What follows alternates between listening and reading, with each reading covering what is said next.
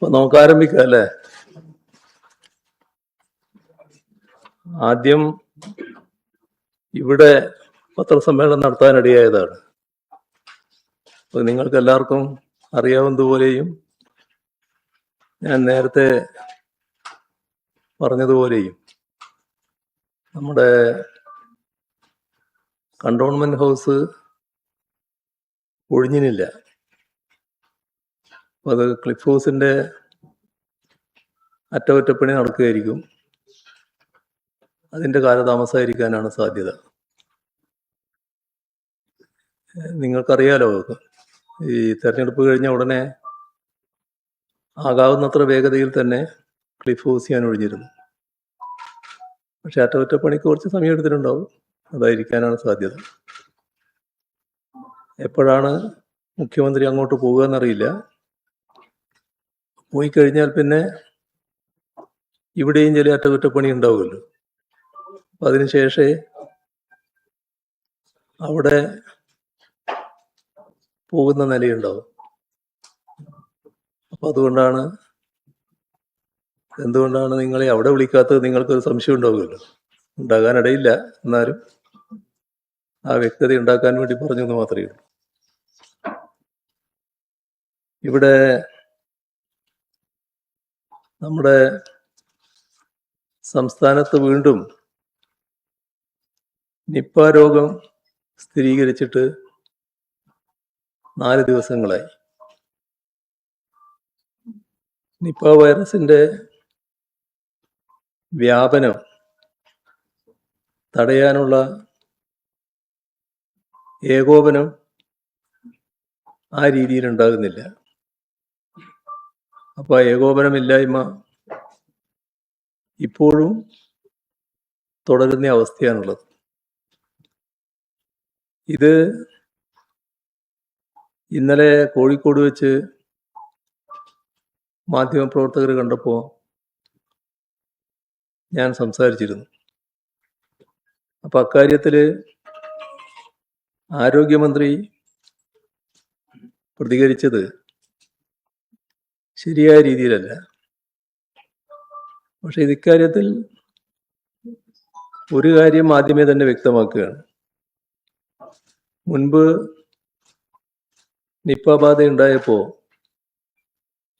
അന്നത്തെ പ്രതിപക്ഷം ചെയ്തതുപോലെ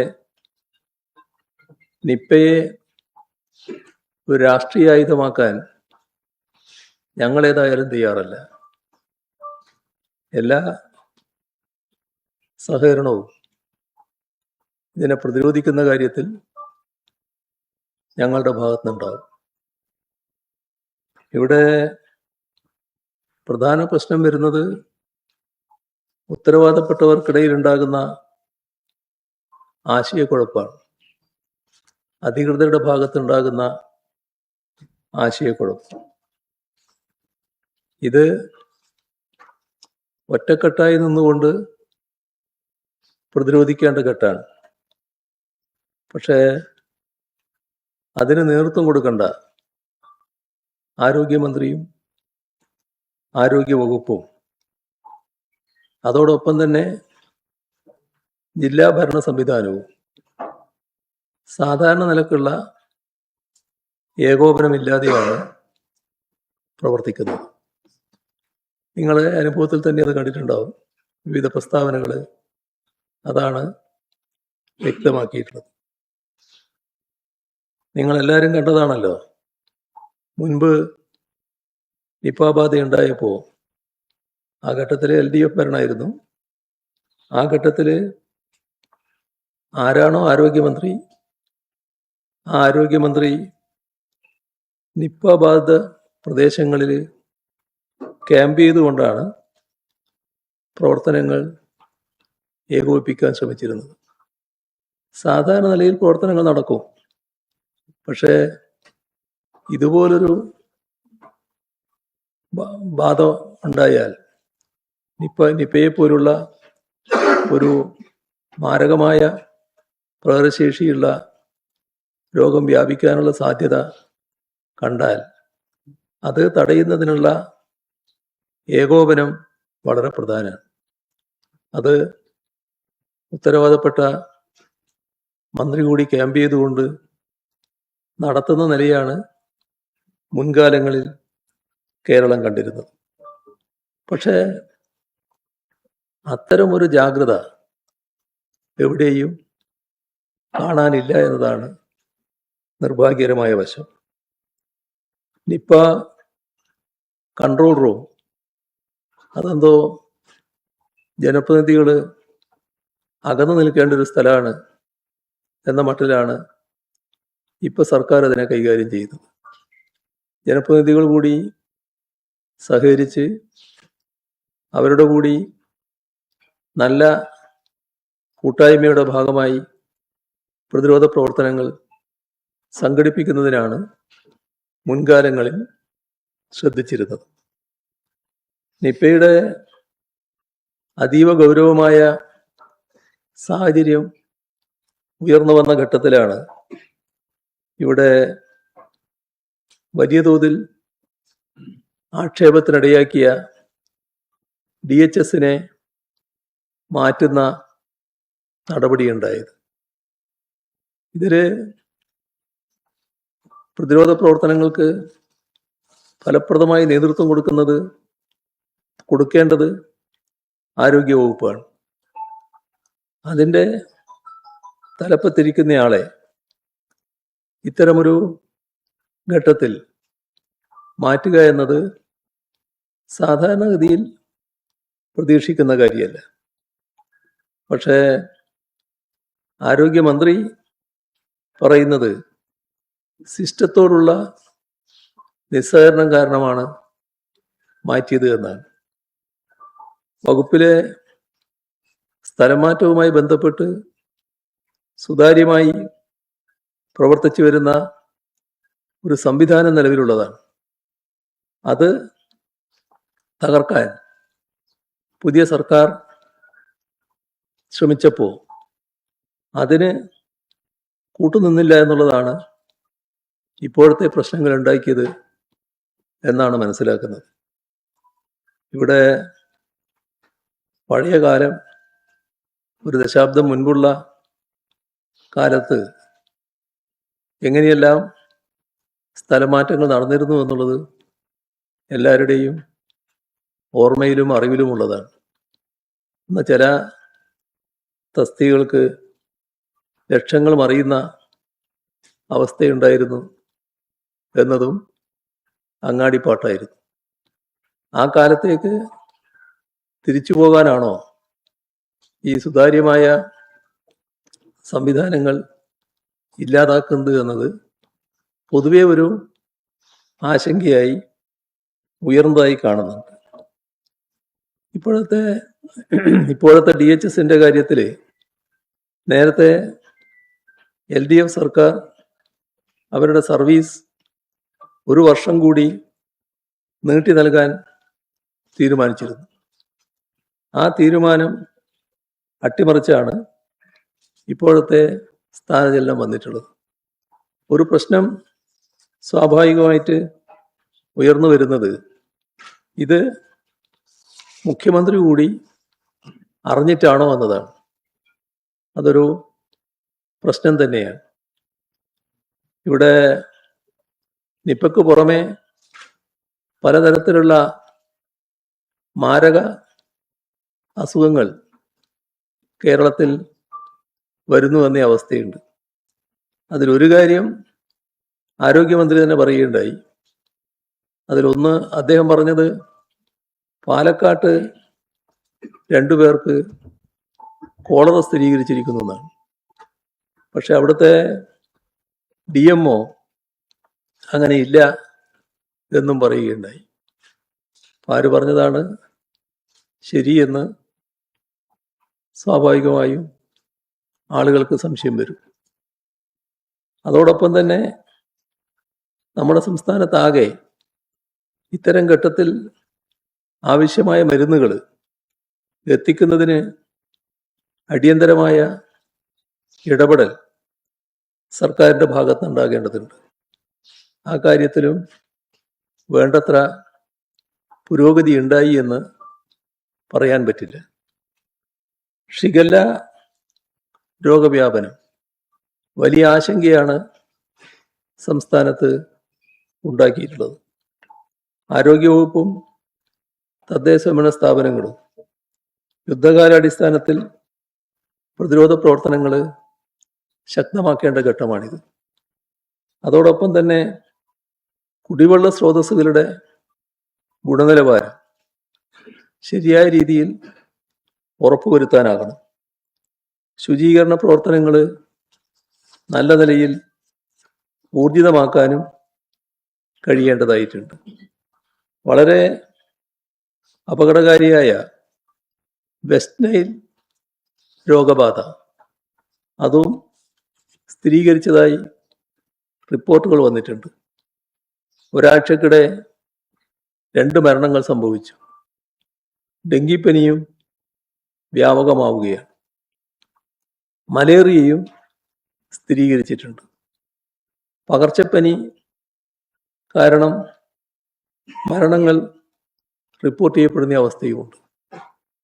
ഇവിടെ കാണേണ്ടത് കൊതുക് വഴി പകരുന്ന ഈ രോഗങ്ങൾ വ്യാപകമാകാൻ ഇടയാകുന്നത് മഴക്കാലപൂർവ്വ ശുചീകരണം വേണ്ട രീതിയിൽ നടക്കാത്തതിൻ്റെ ഫലമായിട്ടാണ്. മലിനജലം റോഡിൽ നിറഞ്ഞ് വെള്ളക്കെട്ടുണ്ടാകുന്ന സ്ഥിതിവിശേഷം പ്രധാന നഗരങ്ങളിൽ പോലും പതിവായിരിക്കുകയാണ്. നഗരഭരണ സംവിധാനങ്ങളെ ഏകോപിപ്പിച്ച് ശുചീകരണ പ്രവർത്തനങ്ങൾ ഏറ്റെടുക്കുന്നതിന് ഫലപ്രദമായ നടപടികൾ ഉണ്ടായില്ല എന്നത് കാണേണ്ടതായിട്ടുണ്ട്. പ്രധാന നഗരങ്ങളിൽ ദൈനംദിനമുള്ള മാലിന്യ നീക്കം ചെയ്യൽ പോലും നടക്കാത്ത ഇടങ്ങളുണ്ട്. ഇവിടെ ആവർത്തിച്ച് പറയാനുള്ളത്, മുൻ സർക്കാരിൻ്റെ കാലത്ത് രോഗബാധയോ കോവിഡ് പോലെ ലോകത്തെ ആകെ വിറങ്ങലിപ്പിച്ച മഹാമാരിയോ കേരളത്തിൽ പ്രത്യക്ഷപ്പെട്ടാൽ ഭരിക്കുന്നവർക്കെതിരെ ശാപവാക്കുകൾ പറയാൻ മിടുക്ക് കാണിച്ച, അങ്ങനെ കയ്യടി വാങ്ങാൻ ശ്രമിച്ച ഇപ്പോഴത്തെ ആരോഗ്യമന്ത്രി, അദ്ദേഹത്തോട് പറയാനുള്ളത്, അതേ രീതിയിലല്ല ഞങ്ങളിതിനെ കാണുന്നത്. ഉദ്യോഗസ്ഥ മേധാവികളെ കുറ്റപ്പെടുത്തി ഉത്തരവാദിത്വത്തിൽ നിന്ന് ഒഴിഞ്ഞു മാറാനുള്ള ശ്രമം അദ്ദേഹം നടന്നതായി കാണുന്നുണ്ട്. ഇവിടെ രോഗവ്യാപനവും വൈറസ് വ്യാപനവും ആര് ഭരിക്കുന്നു എന്ന് നോക്കിയല്ല നടക്കുന്നത് എന്നത് തിരിച്ചറിയാനുള്ള വിവേകം 1 മാസം തികയുന്നതിന് മുൻപ് തന്നെ അദ്ദേഹത്തിന് ഉണ്ടായിട്ടുണ്ടാകുമെന്നാണ് പ്രതീക്ഷിക്കുന്നത്. രോഗവ്യാപനം തടയാനും പ്രതിരോധ ശുചീകരണ പ്രവർത്തനങ്ങൾ പിഴവുകളില്ലാത്ത വിധം പൂർത്തിയാക്കാനും ആശുപത്രികളിൽ ആവശ്യമായ ചികിത്സാ സൗകര്യങ്ങളും മരുന്നുകളുടെ ലഭ്യതയും ഉറപ്പുവരുത്താനുമാണ് സർക്കാരിൻ്റെ അടിയന്തര ഇടപെടൽ വേണ്ടത്.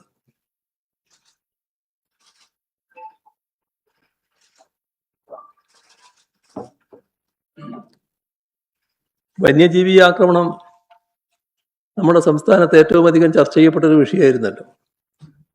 3 ആഴ്ചക്കുള്ളിൽ 6 പേരുടെ ജീവനാണ് വന്യജീവി ആക്രമണത്തിൽ പൊലിഞ്ഞത്. പക്ഷേ ഇക്കാര്യത്തിലും അങ്ങേയറ്റം ഉദാസീനമായ നിലപാടാണ് സർക്കാരും വനം മന്ത്രിയും സ്വീകരിച്ചു കാണുന്നത്. പരിഹാരങ്ങളെക്കുറിച്ച് ചോദ്യങ്ങൾ വരുമ്പോൾ പരിഹാസമാണ് ഉത്തരവാദപ്പെട്ടവരുടെ ഭാഗത്തു നിന്നുള്ള മറുപടി. ഇത് ജനങ്ങളോട് കാണിക്കുന്ന നിസ്സംഗമായ നിലപാടാണ്. അതാണ് തുടക്കത്തിൽ തന്നെ പുറത്തു വന്നിരിക്കുന്നത്. സൂര്യനെല്ലിയിലെ മാരി എന്ന ആദിവാസി സ്ത്രീ കാട്ടാന ആക്രമണത്തിൽ കൊല്ലപ്പെട്ടു. അതിൻ്റെ അടുത്ത ദിവസം മന്ത്രി ആലുവ മൂന്നാർ രാജപാത വഴി സഞ്ചരിക്കുന്നുണ്ട്. പക്ഷേ മരണവീട് സന്ദർശിക്കാൻ ആക്രമണത്തിൽ പരിക്കേറ്റ് ആശുപത്രിയിൽ കഴിയുന്ന മാരിയുടെ കുട്ടിയെ കാണാൻ അദ്ദേഹം തയ്യാറാകുന്നില്ല. അപകടത്തിൻ്റെ തലേ ദിവസം തന്നെ ആ പ്രദേശത്ത് 17ഓളം ആനകൾ കറങ്ങുന്ന വിവരം RRT അറിയിച്ചു എന്നാണ് കേൾക്കുന്നത്. ഒരു മുൻകരുതൽ നടപടിയും എടുത്തിരുന്നില്ല. ഇതോടൊപ്പം തന്നെ വയനാടുണ്ടായ ആക്രമണം വലിയ അനാസ്ഥ വനം വകുപ്പിൻ്റെ ഭാഗത്തു നിന്നുണ്ടായി എന്നാണ് നാട്ടുകാർ പരാതിപ്പെടുന്നത്. വലിയ പ്രതിഷേധങ്ങൾക്കൊടുവിലാണ് നഷ്ടപരിഹാരം പ്രഖ്യാപിക്കുന്ന നിലയുണ്ടായത്. നഷ്ടപരിഹാരത്തിൻ്റെ കാര്യവും ഓർക്കേണ്ടതാണ്. കഴിഞ്ഞ LDF സർക്കാർ മരിച്ചവരുടെ ആശ്രിതർക്ക് 14 ലക്ഷം രൂപ നഷ്ടപരിഹാരമായി നൽകാനാണ് തീരുമാനിച്ചിരുന്നത്. ഇന്ന് ഭരിക്കുന്നവര്, അന്നത്തെ പ്രതിപക്ഷം പറഞ്ഞ കാര്യം ഇപ്പോൾ ഓർക്കുന്നത് നല്ലതാണ്. അത് 21 ലക്ഷം രൂപയാകും. അതായിരുന്നു അവരുടെ വാഗ്ദാനം. ഇപ്പോ ആ വാഗ്ദാനം നടപ്പിലാക്കുന്നുണ്ടോ? അതിനെ സംബന്ധിച്ച് ഒന്നും പ്രതികരിക്കുന്നതായി കാണുന്നില്ല. വന്യമൃഗാക്രമണങ്ങൾ തടയാൻ സർക്കാരിൻ്റെ കയ്യിൽ ഒറ്റമൂലിയൊന്നുമില്ല എന്ന് വനം മന്ത്രി പറയുന്നുണ്ട്. മാത്രമല്ല, സർക്കാർ മാറിയത് ആനകൾ അറിഞ്ഞിട്ടില്ല എന്നും കൂട്ടത്തിൽ അദ്ദേഹം പറഞ്ഞതായി കണ്ടു. അപ്പോൾ സാധാരണക്കാരുടെ ജീവന്റെ പ്രശ്നത്തിൽ ഇതുപോലുള്ള പരിഹാസപൂർവമായ നിലപാടാണോ ഉത്തരവാദപ്പെട്ട മന്ത്രിയും സർക്കാരും സ്വീകരിക്കേണ്ടത്? ഇത്തരത്തിൽ നിരുത്തരവാദപരമായ നിലപാട് ഉണ്ടായാൽ അത് തിരുത്തിക്കാനുള്ള ബാധ്യത മുഖ്യമന്ത്രിക്കുമില്ലേ? വയനാട്ടിലെ കാട്ടിക്കുളത്ത് കാട്ടാന ആക്രമണത്തിൽ ഒരാൾ കൊല്ലപ്പെട്ടപ്പോൾ അതൊരു സാധാരണ സംഭവമല്ലേ എന്നായിരുന്നു സ്ഥലം MLA പ്രതികരണം. ഇവിടെയാണ് പഴയ കാര്യം ഓർക്കേണ്ടത്. പ്രതിപക്ഷത്തായിരുന്നപ്പോൾ വന്യജീവി ആക്രമണത്തിൻ്റെ പൂർണ്ണ ഉത്തരവാദിത്വം സംസ്ഥാന സർക്കാരിൻ്റെ മേൽ കെട്ടിവെച്ച് വലിയ പ്രചരണമാണല്ലോ നടത്തിയിരുന്നത്. എന്നാൽ വന്യജീവി സംരക്ഷണ ബിൽ ഭേദഗതി ഉൾപ്പെടെ പരിഹാരമാർഗങ്ങൾക്കായി സംസ്ഥാന സർക്കാർ നടത്തിയ ശ്രമങ്ങളോടെല്ലാം നിസ്സഹകരിക്കുകയാണ് ഇവർ ചെയ്തിരുന്നത്. അവരിപ്പോ പൂർണ്ണമായും ഒരു U-ടേൺ ഇക്കാര്യത്തിൽ സ്വീകരിച്ചു എന്നാണ് കാണാൻ കഴിയുക. എല്ലാവർക്കും അറിയാവുന്നതാണ്, 1972 ഇന്ദിരാഗാന്ധിയുടെ ഭരണകാലത്ത് കൊണ്ടുവന്ന കേന്ദ്ര വന്യജീവി സംരക്ഷണ നിയമമാണ് ഇത്തരമൊരു ദുരവസ്ഥക്ക് ഇടയാക്കിയത്. അതിന് ശാശ്വതമായ പരിഹാരത്തിനാണ് കഴിഞ്ഞ LDF സർക്കാർ പോരാട്ടങ്ങൾ നടത്തിയത്. ആ പോരാട്ടങ്ങൾ ഏറ്റെടുത്ത് മുന്നോട്ട് പോകാൻ UDF സർക്കാർ തയ്യാറുണ്ടോ എന്നതാണ് പ്രസക്തമായ പ്രശ്നം. ഇവിടെ ഇപ്പോഴത്തെ മുഖ്യമന്ത്രി നേരത്തെ പ്രതിപക്ഷ നേതാവായിരുന്നപ്പോൾ നിർദ്ദേശിച്ച പ്രതിവിധി ആനകൾ നാട്ടിലിറങ്ങാതിരിക്കാൻ അവയ്ക്ക് കാടുകളിൽ ഭക്ഷണവും വെള്ളവും അറേഞ്ച് ചെയ്യണമെന്നായിരുന്നു.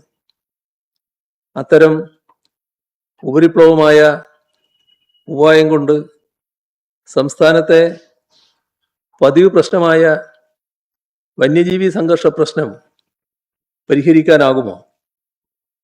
എന്തു തന്നെ ചെയ്തിട്ടായാലും സത്വരവും ഫലപ്രദവുമായ നടപടികൾ ഇക്കാര്യത്തിൽ ഉണ്ടായേ തീരും. അതേപോലെ തന്നെ തമാശ പറച്ചിൽ അവസാനിപ്പിച്ച് ഗൗരവപൂർവമായ സമീപനം സ്വീകരിക്കാൻ തയ്യാറാവണം. നഷ്ടപരിഹാര തുക തങ്ങൾ നൽകിയ വാഗ്ദാനം പാലിക്കാൻ തയ്യാറുണ്ടോ എന്നതും നാടിനോട് പറയുന്നത് നന്നാവും. കർഷകർ നേരിടുന്ന കൃഷിനാശമുണ്ട്. അതിനാവശ്യമായ നഷ്ടപരിഹാരത്തിൻ്റെ കാര്യത്തിലും നടപടികൾ സ്വീകരിക്കേണ്ടതായിട്ടുണ്ട്. മറ്റൊരു പ്രശ്നം നമ്മുടെ സംസ്ഥാനത്തെ MG സർവകലാശാലയിലെ താൽക്കാലിക VC നിയമനവുമായി ബന്ധപ്പെട്ടതാണ്. ഇതിൽ UDF സർക്കാർ ഗവർണർ സ്വീകരിച്ച സമീപനത്തിൻ്റെ കാര്യത്തിൽ എന്തൊരു നിലപാടാണ് കൈക്കൊണ്ടിരിക്കുന്നത്? MG സർവകലാശാല VC ആയി സംഘപരിവാർ അധ്യാപക സംഘടനാ നേതാവിനെയാണ് നിയമിച്ചത്. അത് സാധാരണഗതിയിൽ എതിർക്കപ്പെടേണ്ട ഒരു കാര്യമാണ്. പക്ഷേ എതിർക്കാൻ തയ്യാറായില്ല.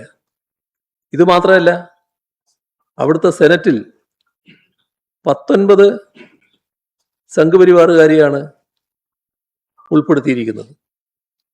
ഇതെല്ലാം വന്നു കഴിഞ്ഞാൽ നിലവിലുള്ള ഗവൺമെന്റ് ആണല്ലോ അതുമായി ബന്ധപ്പെട്ട് അഭിപ്രായം പറയേണ്ടത്, അത്തരം നടപടികളെ എതിർക്കേണ്ടത്. എന്നാൽ സർക്കാർ തയ്യാറായിട്ടില്ല. UDF രാഷ്ട്രീയ നേതൃത്വവും അക്കാര്യത്തിൽ എതിർക്കാൻ തയ്യാറായതായി കാണുന്നില്ല.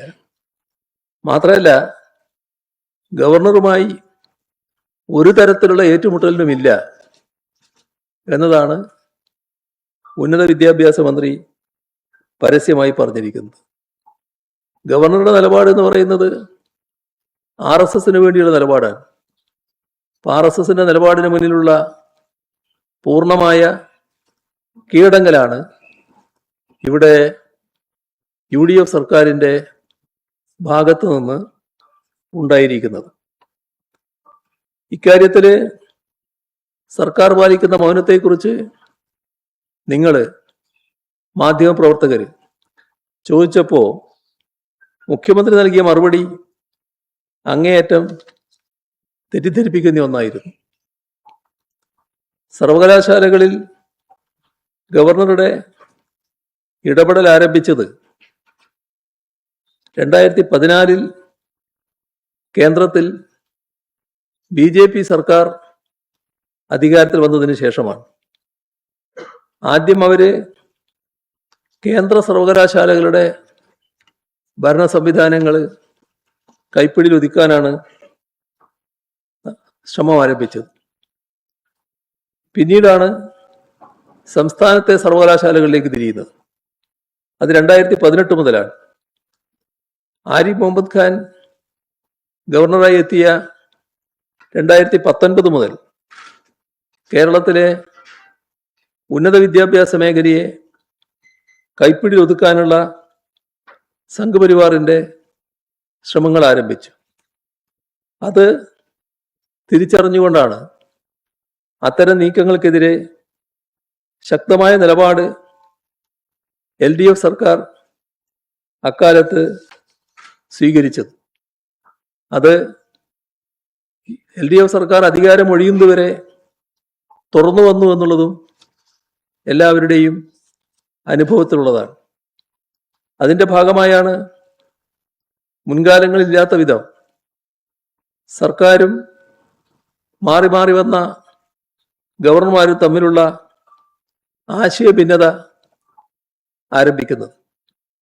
ഗവർണറുടെ ഈ സമീപനത്തിൽ ഒരു മാറ്റവും വന്നിട്ടില്ല. MG യൂണിവേഴ്സിറ്റിയുടെ താൽക്കാലിക വി സിയുടെ നിയമന കാര്യത്തിലും സെനറ്റിൽ 19 സംഘപരിവാർ അനുകൂലികളെ തിരികെ കയറ്റിയതിലും ഇതാണ് വ്യക്തമാകുന്നത്. ഇതിനെ എതിർക്കുന്നില്ല എന്ന സമീപനം പുതുതാണ്. ഉന്നത വിദ്യാഭ്യാസ മന്ത്രിയും മുഖ്യമന്ത്രിയും ഗവൺമെന്റും ഇതിനെ എതിർക്കേണ്ടതില്ല എന്ന നിലപാട് സ്വീകരിച്ചതായിട്ടാണ് കാണുന്നത്. LDF സർക്കാർ സർവകലാശാലകളുടെ കാവ്യവൽക്കരണം തടയാൻ നിയമനിർമ്മാണത്തിലൂടെയും അതിനു പുറമെ നീതിപീഠങ്ങൾ വഴിയും ശക്തമായ ചെറുത്തുനിൽപ്പാണ് നടത്തിയിരുന്നത്. ഇതിന് സമാന്തരമായി ഇടതുപക്ഷ സംഘടനകളും ശക്തമായ പ്രക്ഷോഭങ്ങളും ചെറുത്തുനിൽപ്പും നടത്തിയത് നാടിൻ്റെ അനുഭവത്തിലുള്ളതാണ്.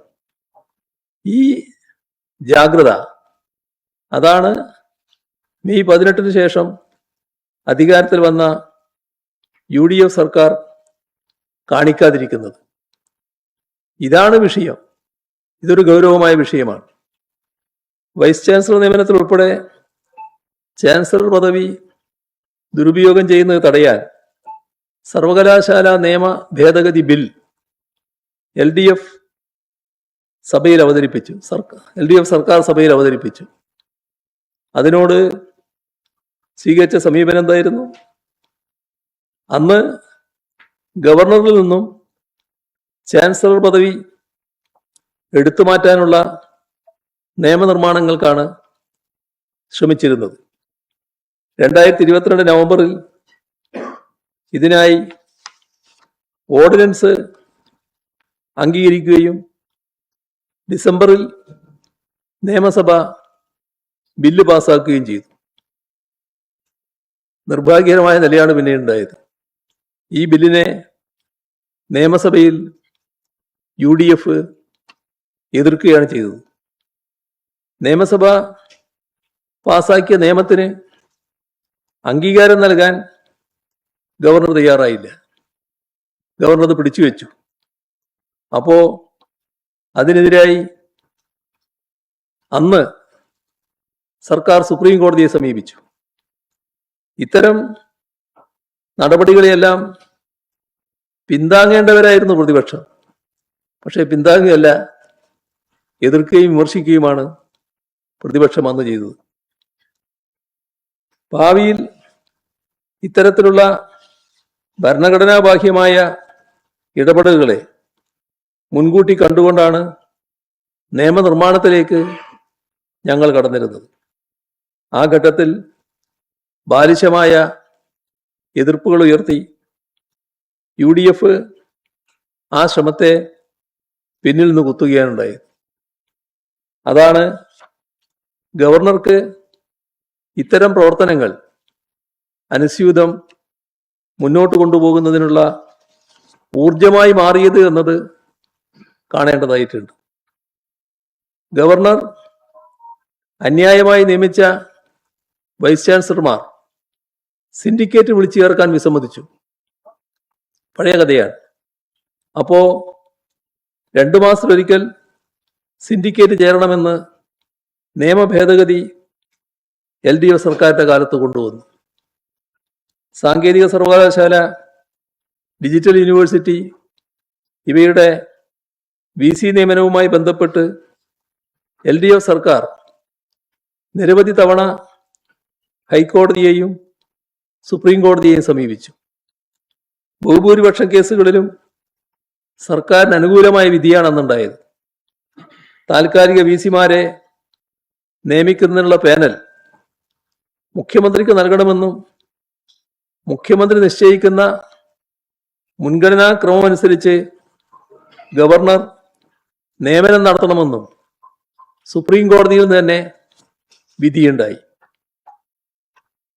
ഇവിടെ MG യൂണിവേഴ്സിറ്റിയുടെ വൈസ് ചാൻസലറുടെ പ്രശ്നം വരുമ്പോൾ 2026 മെയ് 31 വൈസ് ചാൻസലറുടെ കാലാവധി അവസാനിച്ചത്. UDF സർക്കാർ അധികാരത്തിൽ വന്നത് മെയ് 18. അപ്പോൾ താൽക്കാലിക VC നിയമനത്തിനുള്ള പാനൽ നൽകേണ്ടത് സർക്കാരാണ്, UDF സർക്കാരാണ്. ആ ഉത്തരവാദിത്വം അവർ നിർവഹിച്ചില്ല. ഈ ഭാഗം മുഖ്യമന്ത്രി പത്രസമ്മേളനത്തിൽ മറച്ചു വെക്കുകയാണ് ഉണ്ടായത്. സർവകലാശാല ഭേദഗതി ബില്ലുകൾ സംബന്ധിച്ച ഫയലുകളിൽ ഗവർണറെ പിന്തുണച്ചുകൊണ്ട് വിയോജനക്കുറിപ്പ് എഴുതിയ ഉദ്യോഗസ്ഥനുണ്ടായിരുന്നു. അദ്ദേഹത്തെയാണ് തെരഞ്ഞുപിടിച്ച് ഇപ്പോൾ ഉന്നത വിദ്യാഭ്യാസ വകുപ്പിന്റെ തലപ്പത്ത് UDF സർക്കാർ നിയമിച്ചിരിക്കുന്നത് എന്നതും ഇതിനോടൊപ്പം ചേർത്ത് വായിക്കേണ്ടതാണ്. സർക്കാരിനെതിരായ വ്യവഹാരങ്ങളിൽ ഗവർണർക്ക് വേണ്ടി ഹാജരായ അഭിഭാഷകനെയാണ് അഡ്വക്കേറ്റ് ജനറലായി UDF സർക്കാർ നിയമിച്ചിരിക്കുന്നത്. കോൺഗ്രസ് അനുകൂല സംഘടനാ നേതാവ് രൂപീകരിച്ച സേവ് യൂണിവേഴ്സിറ്റി ഫോറം ഗവർണർക്ക് വേണ്ടി അന്നത്തെ സർക്കാരിനെതിരെ ബിനാമി യുദ്ധം നടത്തിയതും നാം കണ്ടതാണ്. ഉന്നത വിദ്യാഭ്യാസ മേഖലയിൽ ഗവർണറുടെ നിയമവിരുദ്ധമായ ഇടപെടലുകൾ, അതിനെതിരായ രാഷ്ട്രീയ നിയമ പോരാട്ടങ്ങൾ അത് അവസാനിക്കേണ്ടതല്ല, അത് തുടരേണ്ടതായിട്ടാണ് ഇരിക്കുന്നത്.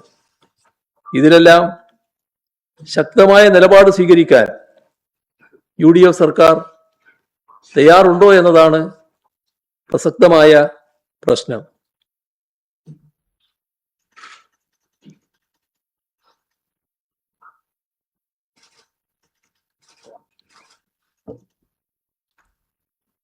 ഇപ്പൊ നമ്മുടെ കേരളത്തില് RSSന്റെ പ്രമുഖ നേതാവ് മോഹൻ ഭാഗവത് വന്നിട്ടുണ്ടല്ലോ.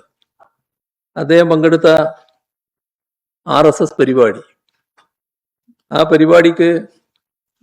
പരിപാടിയിൽ കേരളത്തിലെ 3 വൈസ് ചാൻസലർമാര് പോവുകയുണ്ടായി, അതിൽ പങ്കെടുക്കുകയുണ്ടായി. ഇത് അത്യന്തം ഗൗരവത്തോടെ മതേതര കേരളം കാണുന്നൊരു കാര്യമാണ്. സർവകലാശാലകളിൽ സംഘപരിവാർ അജണ്ടകൾ അടിച്ചേൽപ്പിക്കുന്നതുമായി ബന്ധപ്പെട്ട ആശങ്കാജനകമായ ചർച്ചകളാണ് നടക്കുന്നത്. അത്തരമൊരു ഘട്ടത്തിലാണ് കേരള, MG, മലയാളം സർവകലാശാല VC-മാര് RSS പരിപാടിയിൽ പങ്കെടുക്കുന്നത്. ഉന്നത വിദ്യാഭ്യാസ മേഖലയിൽ എങ്ങനെ പിടിമുറുക്കാൻ RSS ശ്രമിക്കുന്നു എന്നതിൻ്റെ പ്രകടമായ ഉദാഹരണമാണിത്. ഇതിനെതിരായി മുഖ്യമന്ത്രിയോ മന്ത്രിമാരോ UDF-ലെ കക്ഷികളോ കോൺഗ്രസോ ലീഗോ മറ്റു കക്ഷികളോ ആരും പ്രതികരിച്ചതായി കാണുന്നില്ല. UDF നേതൃത്വവും സംസ്ഥാന ഭരണ നേതൃത്വവും BJP-യെയും സംഘപരിവാറിനെയും എന്തുകൊണ്ടാണ് എതിർക്കാൻ ശങ്കിച്ചു നിൽക്കുന്നത്? അത് അവർ വ്യക്തമാക്കേണ്ട കാര്യമാണ്. ഇവിടെ ഒരു മാസം തികഞ്ഞില്ല, തുടക്കത്തിൽ തന്നെ സംഘപരിവാറിന് കീഴടങ്ങുന്ന സമീപനമാണോ ഉണ്ടാക്കുന്നത്? ഇതെല്ലാം കേരളത്തിലെ മതേതര വിശ്വാസികളിൽ കടുത്ത ആശങ്ക ഉയർത്തുന്ന കാര്യമാണ്. വേറൊരു പ്രശ്നം, ശബരിമല സ്വർണക്കൊള്ളയിൽ സ്മാർട്ട് ക്രിയേഷൻസിന്റെ പങ്കിനെ കുറിച്ച് എല്ലാവർക്കും അറിയാവുന്നതാണ്. ആ സ്മാർട്ട് ക്രിയേഷൻസിന്റെ അഭിഭാഷകനെ ദേവസ്വം സ്പെഷ്യൽ പ്യൂറായി നിയമിച്ചത് അങ്ങേയറ്റം സംശയാസ്പദമായ നടപടിയായിരുന്നു. സ്വർണക്കൊള്ള കേസ് അട്ടിമറിക്കാൻ അണിയറയിൽ നീക്കങ്ങൾ നടക്കുന്നുവെന്ന് സംശയിക്കേണ്ടതായിട്ടുണ്ട്. ഹൈക്കോടതി മേൽനോട്ടത്തിലുള്ള അന്വേഷണമാണ് ഇപ്പോൾ നടക്കുന്നത്. ഈ സ്മാർട്സ് ക്രിയേഷൻസിന് നൽകിയത് സ്വർണം പൂശിയ ചെമ്പുപാളികളാണ് എന്ന് പ്രത്യേക അന്വേഷണ സംഘം കണ്ടെത്തിയതാണ്. അതുമായി ബന്ധപ്പെട്ടാണ് പങ്കജ് ഭണ്ഡാരി അടക്കമുള്ളവരെ അറസ്റ്റ് ചെയ്തത്. പക്ഷേ ഈ സ്പെഷ്യൽ പ്ലീഡറായി നിയമിച്ച അഡ്വക്കേറ്റ് വാദിച്ച കാര്യം അവിടെ വെറും ചെമ്പുപാളിയാണ് നൽകിയത്, സ്വർണം പൂശിയ ചെമ്പുപാളിയല്ല, വെറും ചെമ്പുപാളിയാണ് നൽകിയത് എന്നായിരുന്നു അദ്ദേഹം കോടതിയിലും പുറത്തും പറഞ്ഞിരുന്നത്. അപ്പോ പ്രതികളുടെ താല്പര്യം ഉയർത്തിപ്പിടിക്കുന്ന അഭിഭാഷകനെ ദേവസ്വത്തിന്റെ പ്ലീഡറായി നിയമിക്കുകയാണ്. ഇതില് സാധാരണഗതിയിൽ സ്വീകരിക്കുന്ന നടപടിക്രമങ്ങളുണ്ട്. ഇത്തരം നിയമനങ്ങൾ സാധാരണ സ്വീകരിക്കുന്ന നടപടിക്രമം അനുസരിച്ചാണോ നടന്നിട്ടുള്ളത്? അതില് വലിയ സംശയങ്ങൾ ഇപ്പൊ തന്നെ ഉയർന്നു വന്നിട്ടുണ്ട്. മന്ത്രിസഭയുടെ തീരുമാനമാണെന്ന് പറയുന്നുണ്ട്. മന്ത്രിസഭയുടെ റെഗുലർ അജണ്ടയുടെ ഭാഗമായിട്ട് വന്നതാണോ OA ആയിട്ട് വന്നതാണോ? അതൊരു പ്രശ്നമാണ്. ഇവിടെ സാധാരണഗതിയിൽ അഡ്വക്കേറ്റ് ജനറൽ ശുപാർശ ചെയ്ത് നിയമവകുപ്പ് കണ്ട് നിയമവകുപ്പ് മുഖ്യമന്ത്രിക്ക് കൊടുത്ത് മുഖ്യമന്ത്രി അംഗീകരിച്ച് മന്ത്രിസഭയിലേക്ക് പോവുകയാണ് ഉണ്ടാവുക. അങ്ങനെയാണ് മന്ത്രിസഭ ചർച്ച ചെയ്യുക. ഈ നടപടിക്രമങ്ങളൊക്കെ ഇവിടെ പാലിച്ചിട്ടുണ്ടോ? ഒരു ഭാഗം, ഒരു ധൃതി ഇതിൽ കണ്ടിട്ടുണ്ട്.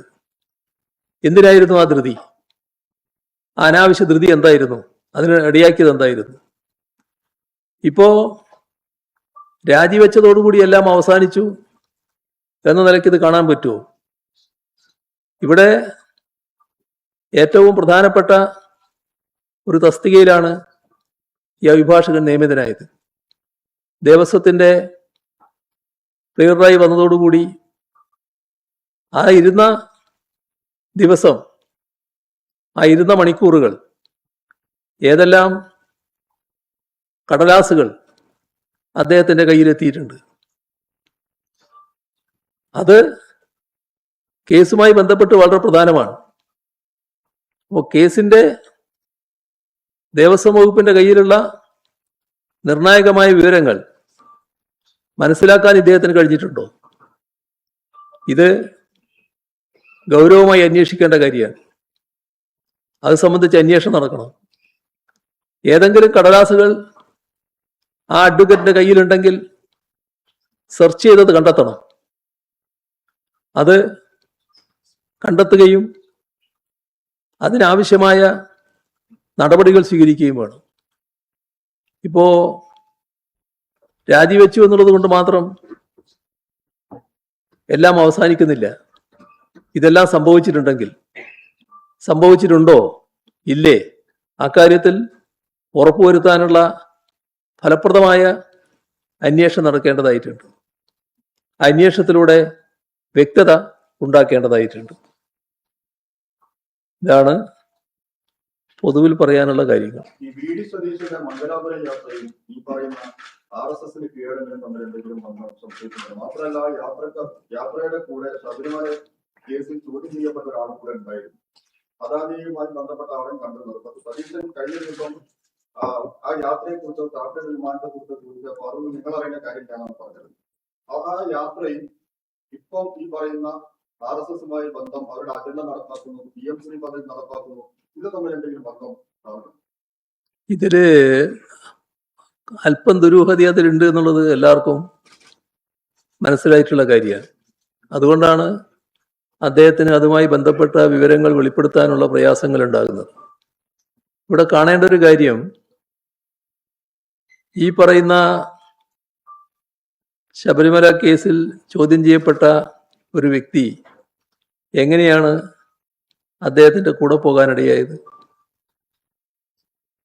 അദ്ദേഹം എങ്ങനെയൊരു ഇടനിലക്കാരനായിട്ട് മാറുന്നു? അത് ഇതേവരെ വ്യക്തത വരുത്തിയ കാര്യമല്ല. പിന്നെ അതുമായി ബന്ധപ്പെട്ട് നടന്നിട്ടുള്ള ചർച്ചകൾ അതെന്താണ്, എന്തിനായിരുന്നു, ഏതെങ്കിലും തരത്തിൽ ഏതെങ്കിലും പ്രധാനപ്പെട്ട ഒരു കോൺഗ്രസ് നേതാവിന്റെ കുടുംബ വീട്ടിൽ പോയതാണ് എന്നൊന്നും അതിനെ കുറിച്ച് പറയാൻ കഴിയുന്നൊരു കാര്യമല്ലല്ലോ. ഏതായാലും അദ്ദേഹം അത് വ്യക്തത വരുത്താത്തോളം കാലം ഈ പറയുന്ന ദുരൂഹത നിലനിൽക്കും. അതുതന്നെയാണ് വസ്തുത. ഈ ക്ലിഫ്ഹൗസിൽ അങ്ങ് ഒരു 10 വർഷത്തോളം താമസിച്ചതാണ്. അവിടുന്ന് വേഗത്തിൽ ഇറങ്ങാൻ കഴിഞ്ഞു. അപ്പൊ എന്തുകൊണ്ടാണ് ഇത്രയും കാലതാമസം അവിടുത്തെ അറ്റകുറ്റപ്പണിക്ക്? അത്രയും വലിയ അറ്റകുറ്റപ്പണിക്കുള്ള ഒരു സാഹചര്യം അവിടെ ഉണ്ടായിരുന്നു. അല്ല, അറ്റകുറ്റപ്പണി നടത്താൻ്റെ ആവശ്യമില്ല എന്ന് ഞാൻ പറയുന്നില്ല. അറ്റകുറ്റപ്പണി നടത്തേണ്ട ആവശ്യമൊക്കെ ഉള്ളത് തന്നെയാണ്. കാരണം വലിയ തോതിലുള്ള പ്രശ്നങ്ങൾ ഈ എല്ലാ കെട്ടിടങ്ങൾക്കും ഉണ്ട്. അതിനിടയാക്കിയിട്ടുള്ളത് നമ്മളൊരു പൊതുരീതികളാണ്. അതിൽ നിങ്ങൾക്കും നല്ല ഉത്തരവാദിത്വമുണ്ട്. ഏതെങ്കിലും ഒരു വീടിൻ്റെ അറ്റകുറ്റപ്പണി നടത്തുമ്പോൾ ഈ അവിടെ താമസിക്കുന്ന ഒരു മന്ത്രിയുടെ എന്തോ വ്യക്തിപരമായൊരു കാര്യമാണ് എന്ന മട്ടിലാണ് അതിനെ എടുക്കാറ്. ആരും അപ്പോൾ അറ്റകുറ്റപ്പണിക്ക് തയ്യാറാവില്ല. ഇപ്പോൾ ഈ തുടക്കത്തിൽ അറ്റകുറ്റപ്പണിക്ക് തയ്യാറാകുന്നതായിരിക്കും. അതിൽ കുറ്റം പറയാനില്ല എന്നാണ് എനിക്ക് തോന്നുന്നത്. നിപ്പയുടെ ഒരു കാര്യം പറഞ്ഞല്ലോ, കോഴിക്കോട് കൺട്രോൾ റൂമിൽ അവിടെ പ്രതിപക്ഷത്തെ CPM ഒരു MLA പ്രവേശിപ്പിക്കാത്തൊരു ഇഷ്യൂ കഴിഞ്ഞ ദിവസം ഉണ്ടായിരുന്നു. അപ്പൊ ഈ LDF കാലത്ത് ഇത്തരം ഈ പകർച്ചവ്യാധി കൺട്രോൾ റൂമുകളിൽ അങ്ങനെ MLA കൂടെ അവരുടെ സാന്നിധ്യം ഉണ്ടായിട്ടുണ്ടായിരുന്നു. MLA കൂടി അവിടെ പങ്കെടുക്കാറുണ്ട്. ആ അനുഭവത്തിലാണല്ലോ അവർ പോകുന്നത്. ആ കഴിഞ്ഞ കാലത്ത് കോഴിക്കോടാണല്ലോ നിർഭാഗ്യവശാൽ 2 തവണ ഇത് ഉണ്ടായത്. ആ ഘട്ടത്തിലൊക്കെ അവരെല്ലാവരും കൂടി പങ്കെടുത്തുകൊണ്ട് ഈ ഇതിന്റെ ഭാഗമായിട്ട് സംരക്ഷണത്തിൽ കഴിയേണ്ട ആളുകളുണ്ടല്ലോ, അവരെ ബന്ധപ്പെടുന്ന പണി ഇവരെല്ലാവരും എടുക്കുകയായിരുന്നു. അവരെ വിളിച്ച് കാര്യങ്ങൾ ബോധ്യപ്പെടുത്തുക, നല്ല കരുത്ത് കൊടുക്കുക, അതൊക്കെ ചെയ്യുന്നതായിരുന്നു നേരത്തെ. ഈ ലീഡർ നിയമനം ആരാണ് നടത്തിയതെന്ന് ഇതുവരെ പുറത്തു വന്നിട്ടില്ല. മുഖ്യമന്ത്രിയാണെന്ന് നടത്തിയെന്ന് ആദ്യം ദേവസ്വം മന്ത്രി പറയുന്നു. പിന്നീട് മുഖ്യമന്ത്രി ഇടപെട്ട് ലീഡറെ മാറ്റുന്നു. അപ്പോൾ ആരാണ് നടത്തിയതൊരു ആള് വേണ്ടത്. ഇതിൽ വന്നിടത്തോളം കാര്യങ്ങൾ വെച്ചാൽ മുഖ്യമന്ത്രിയുടെ ഉത്തരവാദിത്തമായിട്ടാണല്ലോ വരുന്നത്. കാരണം ദേവസ്വം മന്ത്രി പരസ്യമായിട്ട് പറഞ്ഞിട്ടുണ്ട്, ഞാൻ അറിയില്ല എന്ന്. ഞാൻ അറിഞ്ഞുകൊണ്ടല്ല, മുഖ്യമന്ത്രിയാണ് എന്ന് പറഞ്ഞിട്ടുണ്ട്. അതോടൊപ്പം ഇത്തരം കാര്യങ്ങളിൽ ചില രാഷ്ട്രീയ ആലോചനകൾ ചിലപ്പോൾ നടക്കാറുണ്ടല്ലോ. രാഷ്ട്രീയമായിട്ട് ആലോചിച്ചിട്ടില്ല എന്ന് അവരുടെ പാർട്ടിയും പറഞ്ഞതായിട്ടാണ് കേട്ടത്. അപ്പോൾ പിന്നെ എല്ലാ ഉത്തരവാദിത്വവും മുഖ്യമന്ത്രിക്ക് തന്നെയാണല്ലോ വരുന്നത്. അവിടെയാണ് ഇദ്ദേഹം നേരത്തെ ചോദിച്ച ചോദ്യങ്ങളുമായിട്ട് എല്ലാം കൂട്ടിക്കെട്ടി വരുന്നത്. എന്താണ് അങ്ങനെ ഒരു ധൃതി അക്കാര്യത്തിൽ ഉണ്ടാകാൻ ഇടയായത്? അതൊക്കെ സംശയാസ്പദമായ കാര്യങ്ങൾ തന്നെയാണ്. അന്വേഷണം വേണമെന്നാണ് പറയുന്നത്. ഏത് തരത്തിലുള്ള അന്വേഷണമാണ് അങ്ങനെ എന്തെങ്കിലും? അന്വേഷണം ഈ ഞാൻ പറഞ്ഞ കാര്യം, ഇതുമായി ബന്ധപ്പെട്ട ഏതെങ്കിലും കടലാസുകൾ ഇദ്ദേഹത്തിന്റെ കയ്യിൽ എത്തിയിട്ടുണ്ടോ? അത് കൃത്യമായി അന്വേഷിക്കാൻ സാധിക്കണം. അതിന് പറ്റുന്ന ഏജൻസി ആയിരിക്കണം നിശ്ചയിക്കുന്നത്. അത് സർക്കാർ തന്നെ ആ കാര്യത്തിൽ നടപടികൾ എടുക്കേണ്ടതാണ്. ഈ എൻഫോഴ്സ്മെന്റ് ഡയറക്ടറേറ്റ് താങ്കളുടെ മകളെ വിടാതെ പിന്തുടരുകയാണ്. പിണറായി വിജയന്റെ മകളായതുകൊണ്ട് തന്നെയാണോ ഇങ്ങനെ ഒരു സമീപനം അവർ സ്വീകരിക്കുന്നത്? അപ്പൊ ബുധനാഴ്ച ഹാജരാകാൻ വീട്ടിൽ നോട്ടീസ് വീണ്ടും അല്ല, നേരത്തെയുള്ള നോട്ടീസ് തന്നെയാണത്. നേരത്തെയുള്ള നോട്ടീസിന്റെ ഭാഗമായിട്ട് പോകേണ്ടതേ ഉള്ളൂ. അതാണത്. പിന്നെ അത് ഞാൻ നേരത്തെ പറഞ്ഞാണല്ലോ, അന്ന് തന്നെ ഞാൻ പറഞ്ഞാണല്ലോ. അത് മേലെ നിന്നുള്ള നിർദ്ദേശം അനുസരിച്ച് അവർ വന്നു എന്നുള്ളതാണ്. അത് അങ്ങനെ കണ്ടാൽ മതി. അതിന് ഇന്നൊരു വാർത്ത പുറത്തുവിട്ടത് പത്തനംതിട്ട ജില്ലാ കമ്മിറ്റിയുടെ 19 ദേവസ്വം പ്രസിഡന്റായിരുന്നു. അദ്ദേഹം ശബരിമല സ്ത്രീപ്രവേശനം നടത്തുന്ന സമയത്ത് തന്നെ മുഖ്യമന്ത്രിയുടെ ഓഫീസിൽ ഒരു പ്രമുഖൻ തിരുവനന്തപുരത്ത് വിളിച്ചു വരുത്തി തന്റെ ശ്രീജിത്തിനെ, പോലീസ് ഉദ്യോഗസ്ഥനെ ശ്രീജിത്തിനെ അവിടെ മാറ്റി നിർത്തി ബോധമുണ്ടോ എന്ന വാർത്തകൾ. അങ്ങനെ അതിനെക്കുറിച്ച് എനിക്കറിയാവുന്ന കാര്യമല്ല. കാരണം അത്തരത്തിലൊരു പ്രശ്നം ഉണ്ടായിട്ടില്ല. ഇദ്ദേഹത്തെ അവിടുന്ന് മാറ്റി നിർത്തേണ്ട യാതൊരു ആവശ്യവും മുഖ്യമന്ത്രിയുടെ ഓഫീസിനില്ല എന്നുള്ളത് തന്നെയാണ് വസ്തുത. പ്രതിപക്ഷ നേതാവ് ഈ PM ശ്രീ പദ്ധതിയിൽ ഇപ്പോൾ സർക്കാരിന്റെ ഭാഗമായി നിൽക്കുന്ന മന്ത്രി, പ്രത്യേകിച്ച് ലീഗ് നേതാക്കൾ, UDF നേതാക്കളൊക്കെ പറയുന്നത് മുൻ സർക്കാർ ഒപ്പിട്ട് പോയി, ഒപ്പം തന്നെ അഡ്വാൻസ് തുകയും കൈപ്പറ്റി, അതുകൊണ്ട് ചില സാങ്കേതിക പ്രശ്നങ്ങൾ ഉള്ളതുകൊണ്ടാണ് നടപടിയെടുക്കാൻ വൈകുന്നത് എന്ന കാര്യമാണ് മന്ത്രി അടക്കം പറയുന്നത്. അതങ്ങനെ അതിലെന്തെങ്കിലും വസ്തുതയുണ്ടോ? ഒരു വസ്തുതയും അതിലില്ല. കാരണം നേരത്തെ LDF സർക്കാർ അതിൽ വ്യക്തത വരുത്തിയതാണ്. ഞങ്ങൾ അതുമായി തുടർന്നില്ല എന്ന് കൃത്യമായിട്ട് അറിയിച്ചിട്ടുള്ള കാര്യമാണ്. അതോടെ അത് അവസാനിച്ചു. നേരത്തെ ഇതുപോലുള്ള കാര്യങ്ങൾ സംഭവിച്ച ഇടങ്ങളുണ്ട്. ഇപ്പോൾ പഞ്ചാബിൽ ആം ആദ്മി പാർട്ടിയുടെ ഗവൺമെന്റ് ആദ്യം ഒരു ഘട്ടത്തിൽ അവര് ഈ PMC ഒപ്പിട്ടു. പിന്നീടൊരു ഘട്ടത്തിൽ PMCയുടെ ഭാഗമാകേണ്ടതില്ല എന്ന് അവർ തീരുമാനിച്ചു. അങ്ങനെ അത് ഒഴിവാക്കി. ഒഴിവാക്കിയതിന് ശേഷം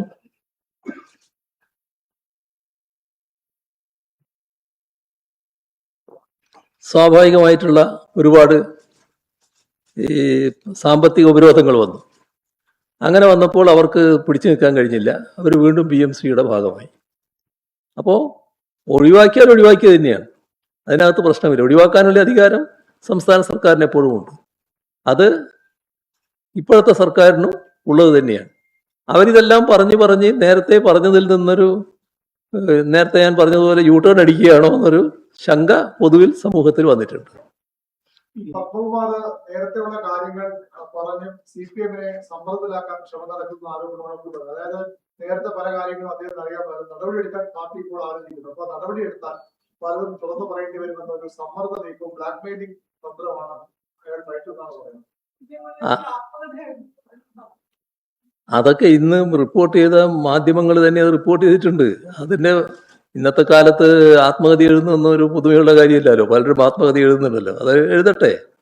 പക്ഷേ ഞങ്ങളെ പാർട്ടിയുടെ കാര്യമെന്ന് പറയുന്നത് പാർട്ടി ആലോചിക്കേണ്ട കാര്യങ്ങൾ പാർട്ടി ആലോചിക്കും. ആ ആലോചനയുടെ ഭാഗമായിട്ട് എടുക്കുന്ന തീരുമാനമായിട്ട് വരികയും ചെയ്യും. അതിനിതൊന്നും ബാധകമായിട്ട് വരുന്ന കാര്യമല്ല. തെരഞ്ഞെടുപ്പിന്റെ അവലോകന സഭ നടത്തിയപ്പോൾ വലിയ വിമർശനങ്ങൾ താങ്കൾക്കെതിരെയും പ്രതികൂലത്തിനെതിരെ ഉണ്ടായിരിക്കാണ്. തെറ്റിദ്ധരുത്തൽ എന്താണ് തെറ്റുപറ്റിയെന്ന് പാർട്ടി ബന്ധപ്പെട്ടിട്ടുണ്ട്. അല്ല, അതിനെപ്പറ്റി വിശദമായിട്ട് നിങ്ങളുടെ മുമ്പിൽ പാർട്ടി സെക്രട്ടറി തന്നെ പറഞ്ഞു കഴിഞ്ഞല്ലേ. ഞാൻ വീണ്ടും അത് ആവർത്തിക്കേണ്ട കാര്യമില്ലല്ലോ.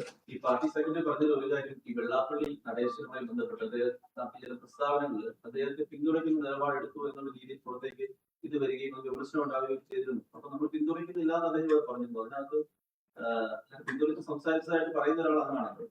എല്ലാ അദ്ദേഹത്തെ സംബന്ധിച്ചുണ്ടായ കാര്യങ്ങളും പാർട്ടി സംസ്ഥാന സെക്രട്ടറി പറഞ്ഞല്ലോ കാര്യങ്ങൾ. അതിലെന്തിനാ നിങ്ങൾക്കൊരു സംശയം ഉണ്ടാകേണ്ട കാര്യം? പാർട്ടി സംസ്ഥാന സെക്രട്ടറി പറഞ്ഞു തന്നെയാണല്ലോ ശരി.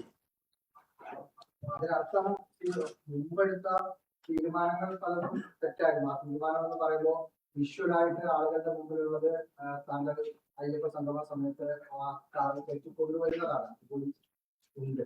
തീരുമാനം പാർട്ടി അതെടുത്ത് തെറ്റെന്ന് പറയുമ്പോൾ അതും തെറ്റ് എന്നാണ്. അല്ല, അതിനെ തെറ്റായിട്ട് കണ്ടിട്ടില്ല. തെറ്റായിട്ട് കണ്ടത് ഈ അദ്ദേഹം സംസാരിച്ച കാര്യങ്ങൾ കേരളീയ സമൂഹം പൊതുവിലെടുത്തത് മുസ്ലിം വിഭാഗത്തിനെതിരെയുള്ളൊരു സംസാരമായിട്ടാണ്. അതിനെക്കുറിച്ചുള്ള പ്രതികരണം പാർട്ടി സംസ്ഥാന കമ്മിറ്റി നടത്തിയിരുന്നു. ആ പ്രതികരണം അതിൻ്റെ ഗൗരവത്തിനനുസരിച്ചായില്ല എന്ന പൊതുവിമർശനം വന്നിരുന്നു. ആ വിമർശനം ഉൾക്കൊണ്ടുകൊണ്ടാണ് പാർട്ടി ഇപ്പോൾ തീരുമാനമെടുത്തത്. അതാണ് ഉണ്ടായത്. അന്ന് പ്രതിപക്ഷ നേതാവാണ് ഉപനേതാവിന്റെ കാര്യത്തിലൊരു തീരുമാനം. പ്രതിപക്ഷ ഉപനേതാവിന് വേറെ പ്രശ്നങ്ങളൊന്നുമില്ല.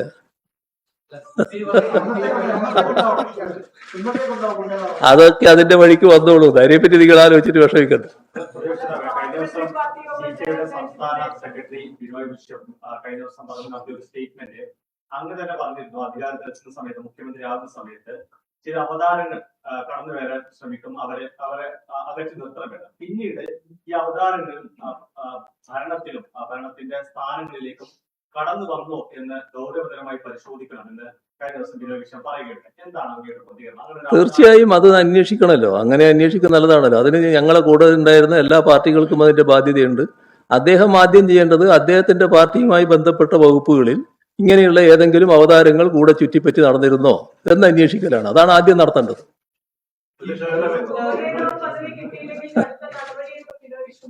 അതെ, അതിനെപ്പറ്റി വേറെ പ്രശ്നമില്ല. അതിനെപ്പറ്റി നിങ്ങൾ ആരും ശങ്കിച്ച് നിൽക്കേണ്ട കാര്യമില്ല. ഒരു പ്രശ്നം അതിനെപ്പറ്റിയില്ല.